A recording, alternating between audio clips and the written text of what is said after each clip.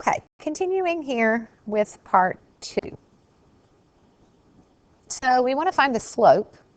4 minus 6 over 7 minus 6. So the slope here is negative 2 over 1, or negative 2. Now I'm going to pick this point. So it's y minus 4 equals negative 2 times x minus 7. And I'm going to put this in slope-intercept form. So y equals negative 2x plus 14, and then plus the 4 from the other side. So y equals negative 2x plus 18. Now, in question number 9, it says find a rational zero. This is a cubic function, so we're going to have to use a little ingenuity and problem solving to answer this question. So what we're going to do is we're going to plug this into our calculator, x cubed plus 7x squared plus 8x plus 2, and I'm going to graph this. So when I graph this, I see that it has some pretty interesting pieces here, but the most interesting one I see is that x is equal to negative 1. So if x is equal to negative 1, then x plus 1 must also equal 0.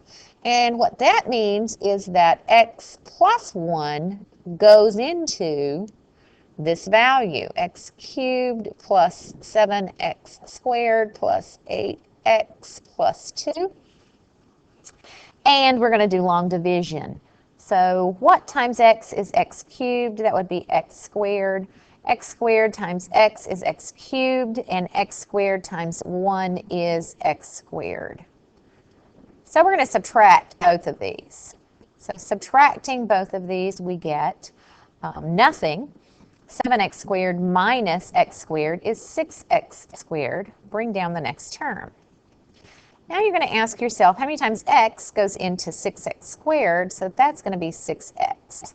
So 6x times x is 6x squared, and 6x times 1 is 6x. So again, we're going to subtract these, because that's what we do in long division. This minus this is nothing. 8 minus 6x is 2x. Bring down the 2. So what times x gives me 2x, and that would be a 2.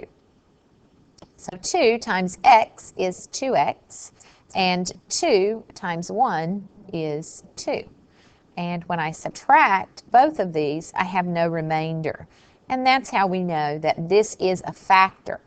Now, to find my other two factors, I would try to factor this. This is not factorable because factors of 2 can't be added and subtracted to give me 6. So I'm going to use the quadratic formula. So in the quadratic formula, you'll recall that x equals negative b plus or minus the square root of b squared minus 4ac over 2a.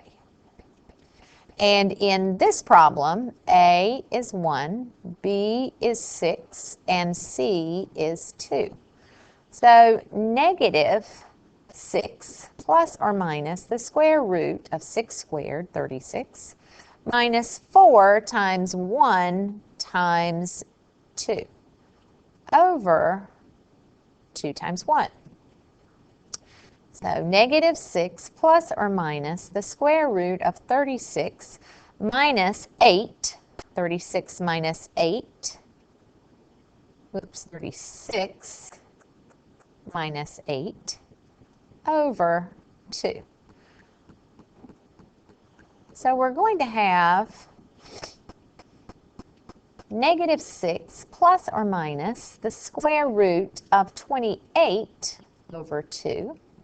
And if you recall, 28 factors, so negative 6 plus or minus 4 times 7, and 4 is a perfect square, so I am going to bring it out of the radical. So it's negative 6 plus or minus 2 square roots of 7 over 2. And it made the triangle, so they all cancel. It's negative 3 plus or minus 2 square roots of 7. The square root of 7. The 2 canceled with the 2's. If you want to see that, that is this. Negative 2 times 3 plus or minus the square root of 7. And actually, I'm going to leave this as a plus 2 and a negative 3 there. And the 2's cancel. So this is my other answer. So the question was, what are the factors of this? And one of the factors was negative 1. So the other two factors are negative 3 plus the square root of 7 and negative 3 minus the square root of 7. So that was quite an involved problem.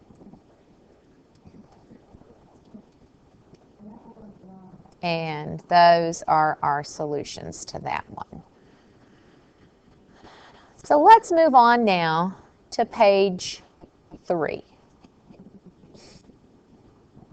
On page 3, we have this operation, and we'd like to expand this and write the answer in standard form. So what they're asking you to do is to FOIL this, but you need to realize that this is minus 6i. So here we have this. 36 has a square root of 6, and negative 1 has a square root of I. So this is minus 6i. So this negative sign under the radical becomes an I. So what we're really doing is negative 4 minus 6i times negative 4 minus 6i. So negative 4 times negative 4 is 16. And negative 4 times negative 6i is plus 24i. And negative 6i times negative 4 is plus 24i. And negative 6i times negative 6i is plus 36i squared. So 16 plus 48i, the i's don't change exponents there. This is negative 1, so this becomes minus 36. So 16 and negative 36 are like terms, and 16 and negative 36 is negative 20 because we need to put this in standard form. The negative 20 comes first, plus 48i. Okay, number 11.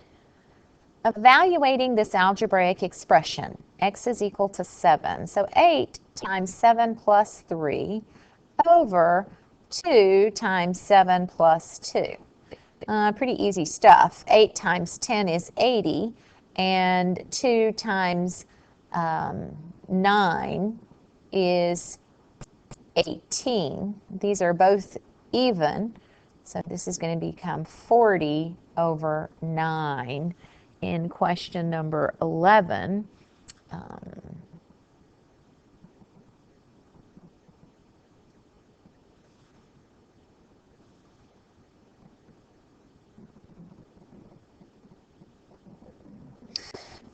let's back up for a second here. I see a problem. I didn't do this one quite right, so let's back up to here. I wasn't getting the answer I was supposed to get. So let's take a look, a closer look, if you will. So this is supposed to be 2 times 7 plus 2, which I did that incorrectly. So this is 14 plus 2, which is 16. So let's back this up here. 2 goes into this, and 2 goes into this. So this is really a 5. So the answer there is indeed 5. Okay, number 12. We're going to evaluate this for negative 8. 3 times negative 8 plus 5 plus 21. So negative 8 plus 5 is negative 3, so 3 times negative 3 plus 21, so that's negative 9 plus 21. Negative 9 plus 21 is equal to 12. Just a quick reminder, these last few problems were quite algebraic and really Algebra 1, so you won't see many of those. But I do want to remind you that you will need to review some piecewise functions. Okay, in question number 13, this one should be very familiar. I do want a table of values. So let's pick up a table of values, a -2, a -1, a 0, a 1, and a 2. So 5 to the -2 is 1 over 25. So that's pretty close to 0. And 5 to the -1 is 1/5. 5 to the 0 is 1. 5 to the first power is 5, and 5 to the second power is 25. So as we graph these, this is going to get closer and closer to 0. I just wanted to change the color so you could see the graph here as this gets closer and closer to 0. As we get to here, this is going to be 1. And as we get to 1, this is going to be up here at 5. So it is going to increase quite rapidly in that direction. So there's my table of values, there's my chart, and we are in good shape.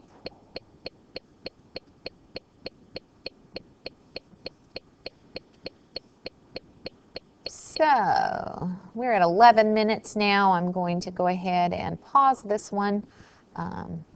We'll move on to part 3.